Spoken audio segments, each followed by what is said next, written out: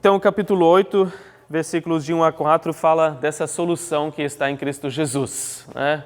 Como que Ele nos ajuda, né? Nesse dilema que a gente tem no conflito do Espírito com a carne. E o que o Espírito tem a ver com isso? Como eu falei, tem 19 vezes que o capítulo vai nos falar do Espírito Santo e ele traz a libertação, onde o Espírito do Senhor está a liberdade, 2 Coríntios 3:17 nos fala. E hoje nós vamos ver essa liberdade livres da condenação, porque essa é o primeiro versículo que nós temos começando no capítulo 8. Mas antes de falar dessa liberdade que nós temos, é importante ver a continuidade, como eu falei, entre capítulo 7 e 8. Vocês sabem que, claro, toda a Escritura é inspirada por Deus. Deus deu todas as palavras, né, para os escritores, né, tudo inspirado, tudo original foi assim dado por Deus, né? Porém, a divisão dos capítulos veio muito depois pelos homens, né, querendo ajudar a gente, até ajuda para encontrar o endereço, né, de tal versículo, de tal capítulo, como que eu vou chegar lá. Foram os monges na Idade Média. Então, não é nada inspirado que aqui Deus falou, não, vamos fazer o corte entre capítulo 7 e capítulo 8. Foi inserido para ajudar, mas às vezes até atrapalha um pouco. Como nesse caso, que a gente espera, né? Algo novo vai começar, mas quebra meio o texto, o contexto, né? A gente espera algo novo, porém algo realmente novo só vai começar lá para o meio do capítulo 8 para frente. A gente precisa ler o final do capítulo 7 com Romanos 8 para entender que é o mesmo contexto, que é um fluir da palavra, né? Que é um grande contraste. A gente não pode perder esse grande contraste entre os últimos versículos do capítulo 7 e o começo do capítulo 8. No último versículo do capítulo 7, Paulo deu aquele resumo, né?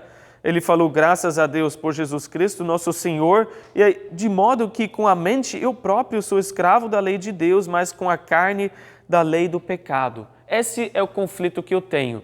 Ele afirma, existe esse conflito dentro de nós.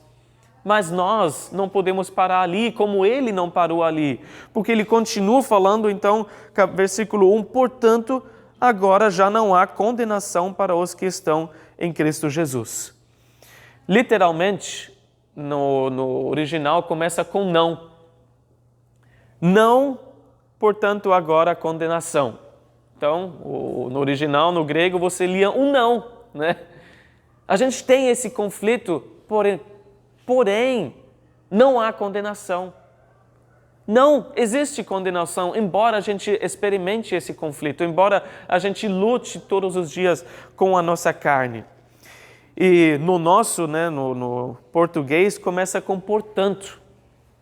A gente poderia até colocar um porém, porque é um grande contraste, né? Mas um portanto também, porque continua essa ideia. Nós já vimos vários portantos, mas um portanto importante foi no capítulo 3, versículo 20, onde nós lemos o portanto de ter condenação.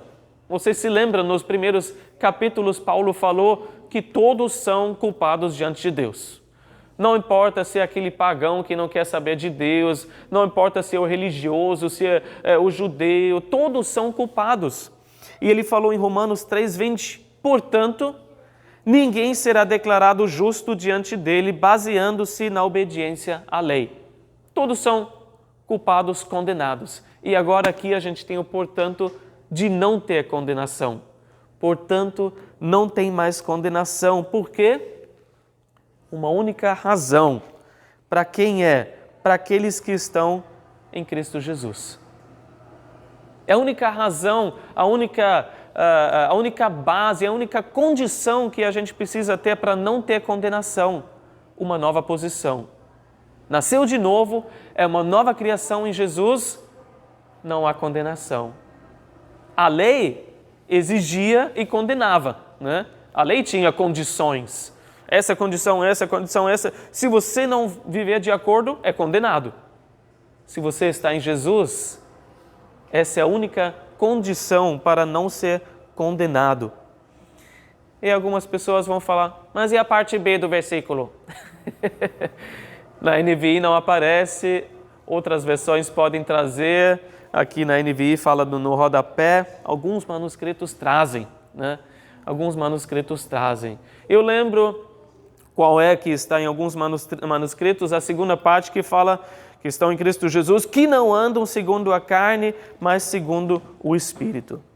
Eu lembro bem vívido uma vez que eu estava sentado com um irmão, a gente estava trabalhando em duas empresas diferentes, mas no intervalo, no almoço, a gente se encontrava, sentava na grama, lia a Bíblia, discutia, e ele, assim, entendia bastante da Bíblia, queria estar liberto mesmo, sabe, ter essa liberdade no Senhor, mas estava com dúvida por causa desse versículo, parte B. Mas em Cristo Jesus, mas aqui fala que eu tenho que viver no Espírito e não pela carne, senão eu não tenho essa sem condenação. Aí eu falava para ele, não, creia em Jesus. Né? Você está em Jesus, você é uma nova pessoa. Por que essas dúvidas? Porque se a gente coloca esses versículos como mais uma condição, aí depende de nós de novo. Depende de nós e não apenas de Jesus. Esse versículo não está nos manuscritos mais antigos, essa parte do versículo. Essa parte do versículo não foi citado pelos pais da igreja, né, que escreviam cartas um para o outro, e você pode reconstruir praticamente a Bíblia inteira só pelas cartas que eles escreveram, né, citando versículos. Ninguém nunca citou a parte B desse versículo. E no final, é a mesma coisa que nós lemos no versículo 4, né? Que não vivemos segundo a carne, mas segundo o Espírito. Muito provavelmente, um copista, né, um copiador da Bíblia, bem zeloso, excessivamente, né? Ou talvez para ajudar Paulo de alguma forma, né? Mas tem que ter alguma coisa a mais. Provavelmente pegou aquela parte do versículo 4 e jogou lá no versículo 1.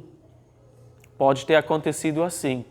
Mas, de qualquer forma, no final, é apenas o fruto de alguém que realmente entende o que é estar em Jesus.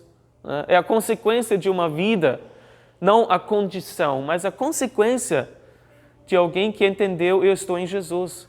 Agora eu vou viver pelo Espírito, pela ajuda que eu tenho no Espírito Santo.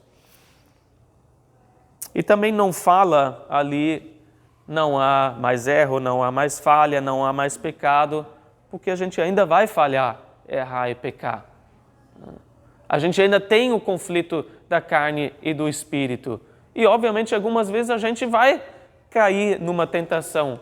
Algumas vezes a gente vai experimentar esse conflito mais forte. Ele não desaparece e não some completamente só porque nós estamos agora em Jesus. Mas não há mais condenação. Amém. E isso é lógico. Isso é lógico por quê? Porque Jesus é santo, justo e perfeito. Não há condenação para Ele. Ele já recebeu a nossa condenação por causa dos nossos pecados uma vez por todas. Agora, se nós estamos ligados com Ele, se nós estamos escondidos nele, se nós fomos unidos com Ele e Ele não pode ser condenado, nós não somos, não seremos e não podemos ser condenados. Nós estamos livres de toda condenação.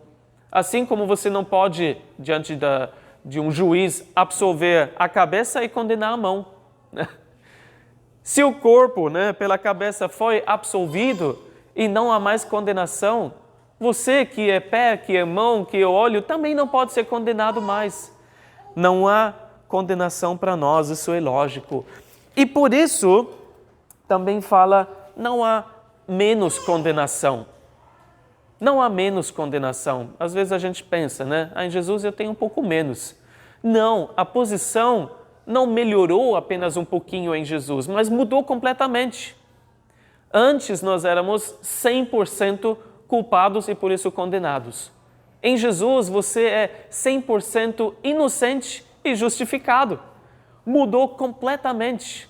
Então não há condenação. Não há nenhuma condenação.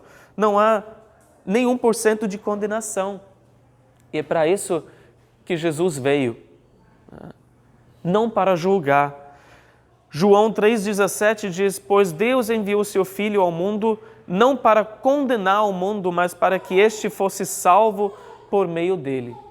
Jesus não veio apontar o dedo, para as nossas falhas, porque a lei já fez isso. A lei mostra o nosso pecado e a gente sabe muito bem, por causa da lei, em que nós estamos errando. Jesus não veio apontar o dedo, mas veio nos salvar do pecado de nós mesmos e hoje não há mais condenação por causa disso. Ele fez o que a lei não conseguia fazer. Vamos ainda nesse versículo 1 pensar em 3 pontos como que na prática não há mais condenação. O que isso quer significar para nós? A lei não nos condena mais. Em primeiro lugar, não há rejeição. Você não é condenado, então você não é rejeitado. O Espírito Santo agora habita em nós, e ele veio para morar, para habitar permanentemente. Ele não fala tchauzinho, dá as costas quando você peca, quando você cai naquele pecado. Ele não vai nos deixar jamais. Ele continua até porque ele tem um propósito de trazer a convicção, ao nosso coração, para que a gente não continue no erro. Ele está comprometido com a gente. Ele tem fortes ciúmes, que o nosso amor seja apenas para Jesus e não para a carne e o pecado. Deus jamais vai nos expulsar da sua família, porque uma vez que você é filho e filha, você sempre será. E a gente tem a maior ilustração na parábola do filho pródigo. Ele saiu, foi fazer tudo o que tinha que fazer, que estava na cabeça, mas ele nunca parou de ser filho do seu pai. E tem um comentarista, o Vernon McGee, que eu gosto muito, que falou muito bem, eloquentemente, uma comparação entre o porco e o filho. Qual é a maior diferença entre o porco e o filho? De repente, quando um olhou para o outro, o porco lá comendo aquela ração do porco, os restos, e o filho também querendo comer, olhando para o porco. Qual a grande diferença? Nunca nenhum porco falou, eu vou me levantar e ir para o meu pai. O filho podia fazer isso, porque ele sabia mesmo ali no abismo, no fundo do poço, ele tinha um pai para quem ele poderia voltar.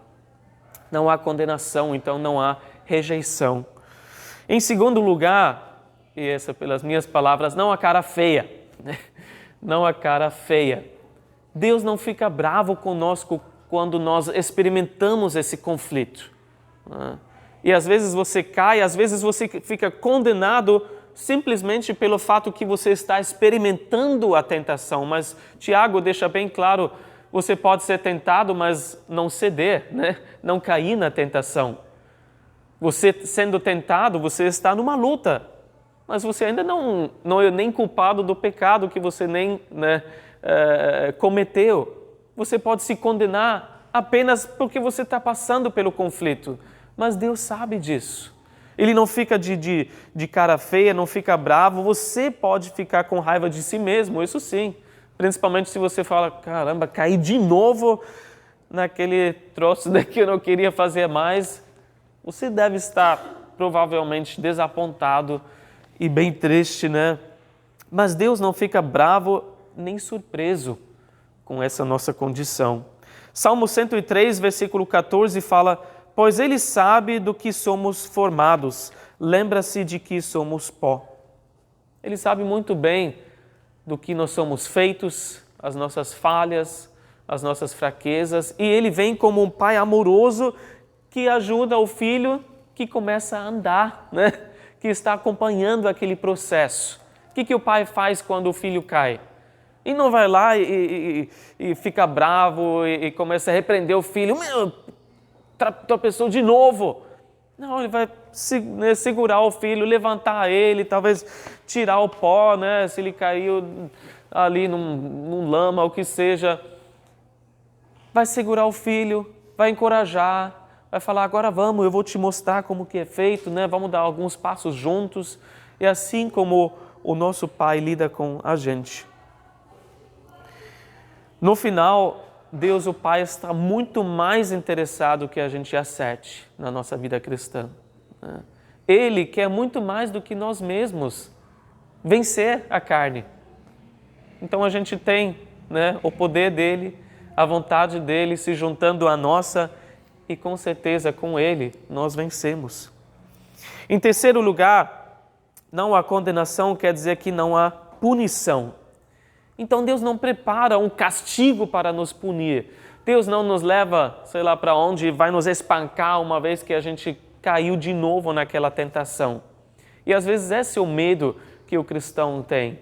Mas João falou em 1 João 4,18, não, no amor não há medo. Pelo contrário, o perfeito amor expulsa o medo, porque o medo supõe o castigo. Deus não vai te castigar e punir uma vez que você cai de novo na carne. Não há medo de punição. Agora, se nós escolhemos deliberadamente pecar, como bom pai, sim, ele vai nos disciplinar de alguma forma para a gente não continuar naquele curso. Porque ele nos ama demais, ele vê esse um caminho de destruição. Você não vai continuar nisso, eu vou fazer de tudo, ali pelas circunstâncias na sua vida, falando com você para que você abra os olhos e caia na real. Mas eu não vou te castigar e punir, não há mais condenação sobre a sua vida. Jesus não nos condena, graças a Deus. Mas outros vão, E a gente percebe que existem outras facções aí na nossa vida que querem que esse peso da condenação continue sobre a nossa vida. Se a gente pensa de onde vem a condenação, é claro, biblicamente falando, em primeiro lugar vem da lei.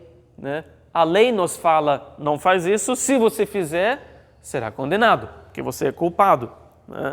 Porém, o propósito da lei, também já aprendemos, é para nos levar para o Salvador. E em Jesus não há mais condenação.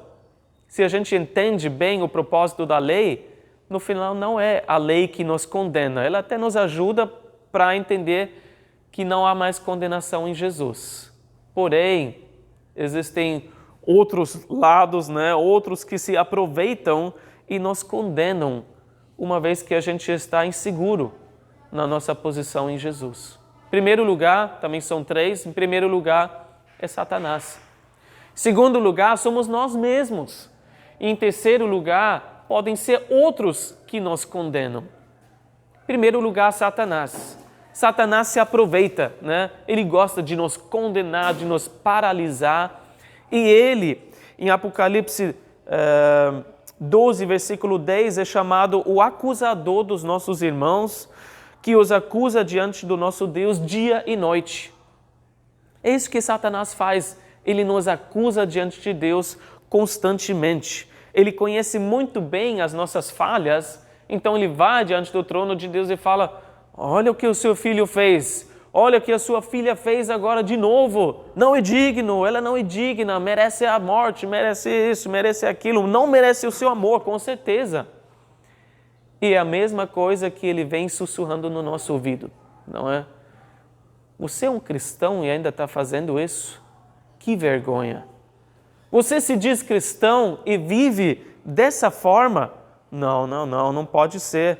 Ele aponta o dedo para nós de dia e de noite, acusa os irmãos, Aponta o dedo e nos condena por causa dos nossos pecados. Embora a gente já esteja livre de toda a condenação diante de Deus. Vem Satanás e fala: vale uma tentativa. Se cair, caiu, Se pegar, pegou. Se está firme porque está em Jesus, vou tentar mais tarde de novo. E é assim, ele vai nos acusar o tempo todo. Uma boa ilustração é no livro de Zacarias, naquela época quando o Israel retornou lá da Babilônia, e um dos sumos sacerdotes era Josué. Em Zacarias 3, versículo 1, nós lemos dessa visão: depois disso ele me mostrou o sumo sacerdote Josué diante do anjo do Senhor e Satanás à sua direita para acusá-lo. Algo que nós também experimentamos todos os dias. Satanás querendo acusar as nossas vidas. O que aconteceu naquela visão? O anjo repreendeu Satanás e protegeu o sumo sacerdote que estava ali A aparência do sumo sacerdote em roupas sujas, roupas impuras, ele estava ali como tição tirado do fogo. Quer dizer, prestes a apagar. Não tinha muito mais vida nele. E nós estamos assim, espiritualmente, na nossa própria justiça, né? Nas nossas próprias boas obras, no nosso próprio esforço. A gente está ali, mas na verdade já não tem muita vida ali. E quando Satanás vem naquele momento, ele pode acabar com a gente num segundo. E, geralmente, ele fala a verdade, né? Satanás vem naqueles momentos falando exatamente o que a gente fez e a gente sabe disso. E a gente fica todo cabisbaixo. Mas o que o grande Lutero falou para todos nós nesse momento? Ele fala, sabe o que eu faço quando Satanás vem me acusar de tudo que eu fiz, joga tudo na minha cara? Eu concordo com ele. Eu falo isso mesmo, eu sou um pecador, eu mereço a morte, eu mereço o inferno, eu fiz tudo isso mesmo. Mas o meu Salvador morreu na cruz por mim. Eu tenho Jesus que não me condena mais.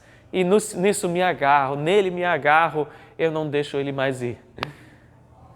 É assim que a gente deve lidar com as acusações que vêm de Satanás. E naquela visão de Zacarias, ainda continua que o anjo mandou tirar as roupas impuras e ele disse, veja, eu tirei de você o seu pecado e coloquei vestes nobres sobre você. Assim como Deus nos perdoou em Jesus, né? Nos deu vestes brancas, nos justificou em Jesus. Então pode ser Satanás que está batendo na porta com um monte de condenação. Pode ser nós mesmos também, né? Nós também sabemos muito bem o que nós fizemos, melhor do que qualquer outra pessoa, que está gravada na memória. A gente sabe de toda a desobediência que desagradou a Deus, a gente sabe da emoção, a gente sabe da ação, a gente sabe de tudo. E aquela memória, às vezes, da falha pode ser como um ferrão na nossa vida. E aí vem o que? A autocondenação. Você condenando a si mesmo, né? Você se puxando para baixo, porque, obviamente, cada um já está frustrado com a sua própria fraqueza, já não aguenta mais, e mais uma vez, e você se condena. E é muito pior, geralmente, quando você é perfeccionista, né? Quando você faz coisas e você espera um resultado e não sai daquele jeito, e aí você se cobra e você se condena. Isso pode ser no dia a dia, mas espiritualmente também. E isso pode levar uma pessoa a se castigar, né? A ser muito mais duro e severo do que Jesus jamais poderia ser, né? E ali falar, não, eu não vou me perdoar, mesmo se Jesus já te perdoou.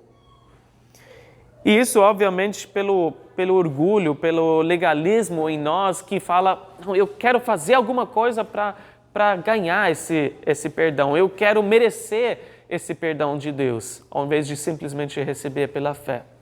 E aí a pessoa se torna como alguém que na Idade Média tinha grupos que andavam pelas terras, pelas cidades, se autoflagelando, né? E as pessoas achavam que é daquele jeito que eles vão pagar pelos seus pecados. E hoje em dia tem pessoas com fardos pesados sobre os ombros, né? Se autocondenando, parecem aquele grupo de pessoas que vem com um chicote, dando chicote nas costas, porque eu não mereço, eu não sou indigno, eu errei, eu sou condenado. Infelizmente, até no decorrer da história da igreja, a própria igreja contribuiu para esse pensamento. Quando, por exemplo, o Papa falou, para o perdão dos pecados, você pode até fazer uma peregrinação, porque a peregrinação custa caro, né? Vai ser exaustiva, vai ser sacrificial. E assim, ainda hoje continua a mesma mentalidade. Preciso fazer alguma coisa para pagar pelos meus pecados. Quando, na verdade, a gente simplesmente deve receber o perdão pela fé. Às vezes é difícil por causa do nosso orgulho, mas a gente simplesmente precisa crer. Não precisa se castigar nem torturar, porque você se sente condenado ainda. Não precisa colocar fardos pesados sobre você se Jesus já te libertou. Não precisa arranjar algum modo para pagar pelos seus pecados, se Jesus já pagou por tudo.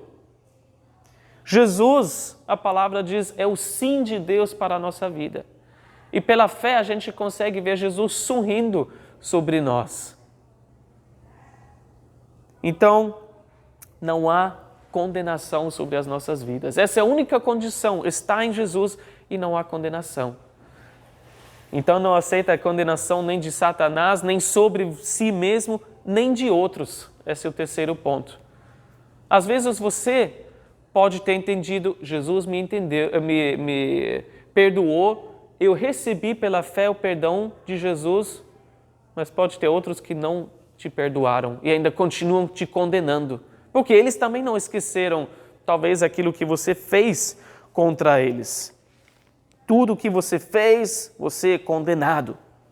Mas se você já fez tudo o que pode, recebeu o perdão de Jesus. Pedir perdão para aquela pessoa ou aquelas pessoas. Fazer restituição, se possível, não está mais com você. A bola não está mais contigo, agora está no campo daquele que precisa liberar perdão. Então não vive debaixo da condenação de outras pessoas, só por causa daquilo que você já fez, mas o perdão já foi liberado.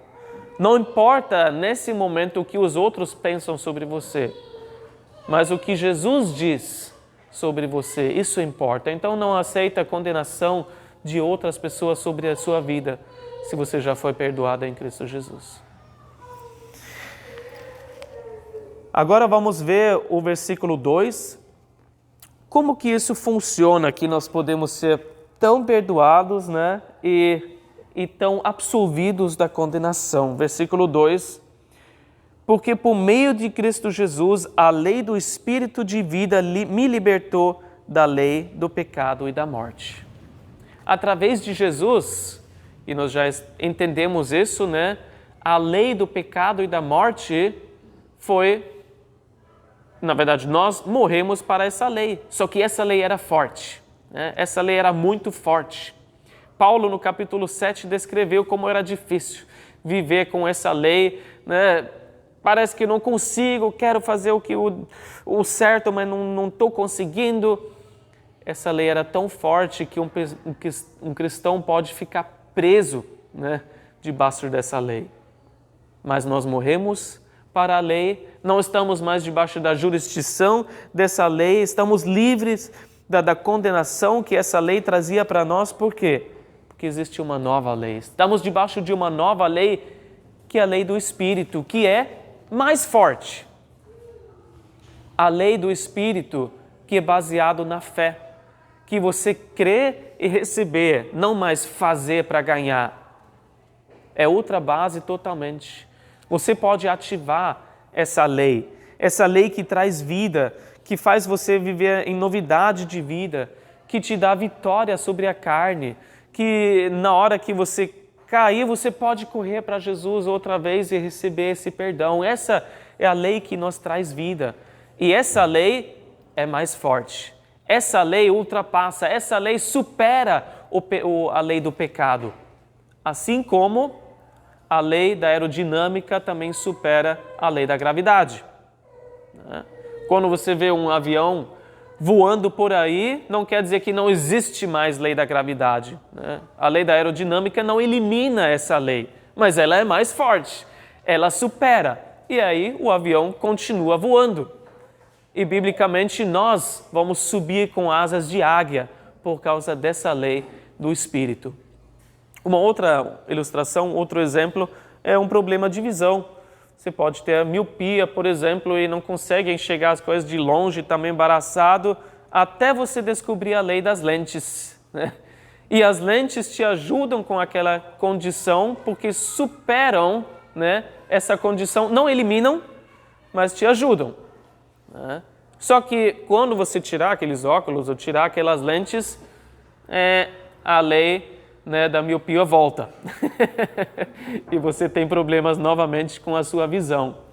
Da mesma forma, nós precisamos desse reajuste de visão. Nós precisamos ativar a lei do Espírito, que cada vez que nós colocamos a nossa fé em Jesus e o que Ele diz que nós somos. É um reajuste de visão, né? É ver, enxergar a gente como nós realmente somos diante dEle. Não como nós nos sentimos, não como nós pensamos baseado no nosso registro, né? Eu sou falha, eu sou fraco mesmo, mas creia que você é, quem Jesus diz que você é. Não menos, né? Mas tudo isso que você é em Jesus, uma nova criação capacitada para dizer não ao pecado e sim ao Espírito Santo. É isso que você é hoje em Jesus. Uma nova lei. E versículos 3 a 4, a base para essa liberdade, obviamente, não pode ser mais a lei. Versículo 3, porque aquilo que a lei fora incapaz de fazer, por estar enfraquecida pela carne, Deus o fez enviando o seu próprio Filho, à semelhança do homem pecador, como oferta pelo pecado, e assim condenou o pecado na carne, a fim de que as justas exigências da lei fossem plenamente satisfeitas em nós, que vivemos segundo a carne, mas segundo o Espírito. A lei não é mais a base para isso porque é incapaz, né? Nós já vimos, você corre para a lei, ela não te dá o poder para vencer o pecado. Ela só dá condições. Ela exige, ela mostra o pecado. E ainda é mais forte por causa da carne, porque é instigada, né? Para fazer mais coisas erradas. E uma oportunidade que dá para a carne por causa da proibição. A lei não funciona para esse caso. Mas, ele fala, mas Deus fez. E a gente volta para o capítulo 7, que fala, né? Quem nos libertará? Graças a Deus. Graças a Deus por Jesus, graças a Deus Ele enviou. Esse é o Evangelho. Graças a Deus, Ele enviou seu Filho Jesus como Salvador. Graças a Deus, Ele proveu um caminho. Ele fez provisão para que a gente não ficasse nesse dilema. Ele enviou seu Filho à semelhança do homem pecador, ou a carne do pecado. Ele não enviou seu Filho como homem pecador, né? Porque ele foi concebido pelo Espírito Santo, né? Ele não tinha pecado nenhum em toda a sua vida. Ele não veio como um super-homem, né? Como alguém que está totalmente desligado das coisas do mundo, um espírito que não pode ser tentado pelas coisas aqui nesse mundo. Ele não veio assim. Ele não veio para desfazer todos os problemas num estalar de dedo. Quem gosta dos Vingadores não é um Thanos assim que faz assim, aí tudo muda. Não. Ele veio em forma humana, na semelhança do homem pecador para se identificar conosco. Ele, a Bíblia diz, foi tentado por tudo que a gente pode ser tentado também, porém, sem pecado. E assim ninguém jamais pode dizer, o que Deus quer falar para mim? Ele nem sabe o que é viver nesse mundo, né? Nem sabe o que é ter tantas tentações, tantas dificuldades. Jesus sabia sim, porque Ele veio em semelhança, né, do homem pecador. Ele veio no mesmo corpo, Ele veio na nossa fraqueza e Ele ganhou a grande vitória a partir dessa condição de fraqueza. É como um time de futebol que está com um número inferior de jogadores, está perdendo, mas vamos dizer que está perdendo 0 a 1 bilhão, né? Ou até mais. Já não tem como. Olha a fraqueza desse time, olha a fraqueza desse corpo. Vai ganhar como?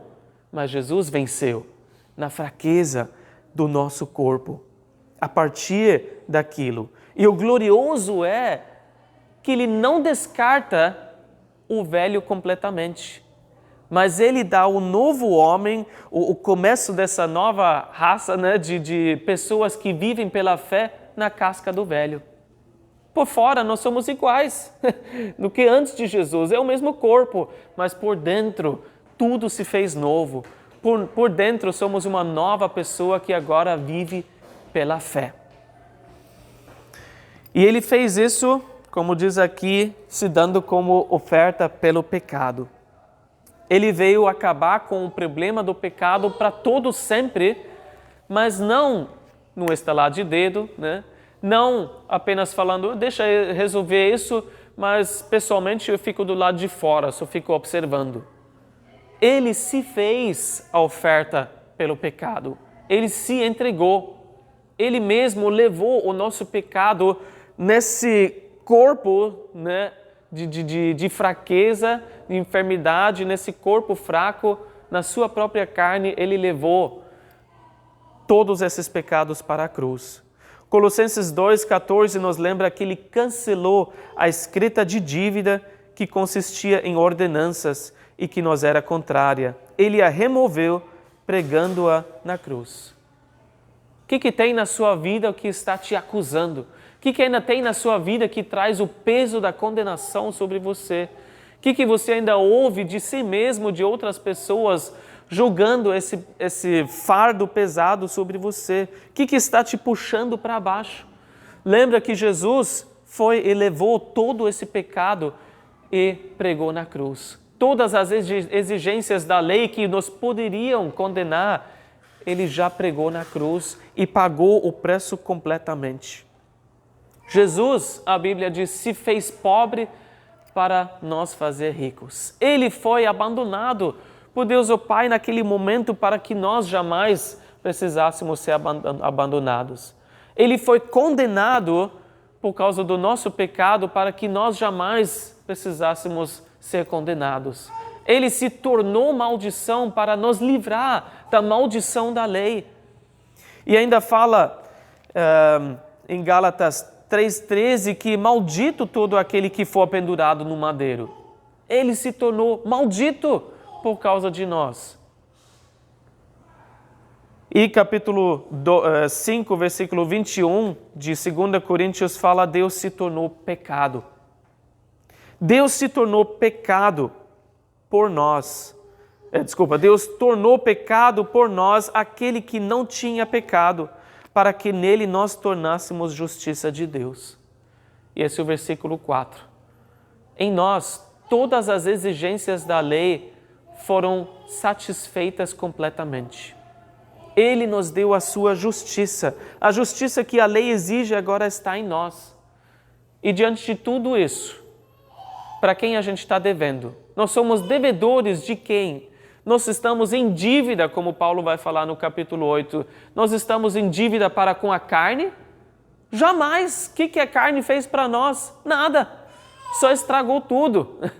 Nós estamos em dívida para com Jesus, que veio para morrer na cruz pelos nossos pecados. Nós estamos em dívida para viver segundo o Espírito, que, como nós já falamos antes, é simplesmente uma consequência de alguém que entendeu o que significa estar em Jesus. Se você entendeu a sua posição, você vai viver segundo o Espírito Santo. Uma vez que você realmente vê quem você é, perfeitamente justo, perfeitamente absolvido, não há mais condenação. Creia nisso, creia que você é quem Jesus diz que você é. Porque a gente pensa, eu preciso mudar primeiro, né? Eu preciso mudar o modo de agir. E Deus fala, não, peraí, eu já te mudei. Eu já mudei tudo, você já tem tudo para mudar. Então creia que você é quem eu digo que você é. E uma vez que a gente crê, coloca confiança nisso, a gente vai ver o resultado. E automaticamente, aos poucos, o nosso modo de agir também vai mudar. Não há mais nada que pode ser contra nós. Não há mais nada que vai nos impedir de viver essa vida agora que agrada a Deus. Porque não há mais condenação. Amém? Vamos orar, agradecer, graças a Deus, por Jesus Cristo. Não há mais condenação. Obrigado, Senhor. Obrigado, Senhor, que a gente tem essa certeza. Obrigado que a gente não precisa viver, Senhor, totalmente ligados, Senhor, sob o domínio dessa carne, desse corpo, que muitas vezes vai nos ditando o que a gente deve fazer e deixar de fazer. Obrigado que nós temos a escolha. Obrigado que nós temos não apenas o desejo e a escolha, mas também o poder, através do Teu Espírito, que nós podemos dizer não. Não é essa novidade de vida. Eu quero a completa novidade de vida, que é uma vida segundo o Espírito. E obrigado, Senhor, que nós temos no nosso emocional também, no dia a dia, a certeza que não há mais peso sobre nós, não há mais condenação sobre nós, não há mais rejeição, não há mais, Senhor, cara feia. Nós podemos esperar e podemos ver pela fé o Senhor com um grande sorriso sobre nós, porque estamos em Cristo Jesus. Senhor, venha reajustar a nossa lente essa manhã. Venha reajustar, Senhor, o modo como nós vemos, porque aquilo que nós cremos e nós vemos daquele jeito que nós vamos viver. Então, nos ajuda a viver de acordo com a verdade que a Tua palavra nos diz. Que a gente não aceite, Senhor, nenhuma mentira que vem do diabo, que a gente não aceite nenhuma condenação, seja da lei, seja de nós mesmos, de outras pessoas. Nos faz totalmente livres em Ti, Senhor. Na prática, hoje, uma vez que a gente coloca a nossa confiança novamente em Ti e nesse grande sacrifício de Jesus na cruz. Obrigado, Senhor, em Teu nome.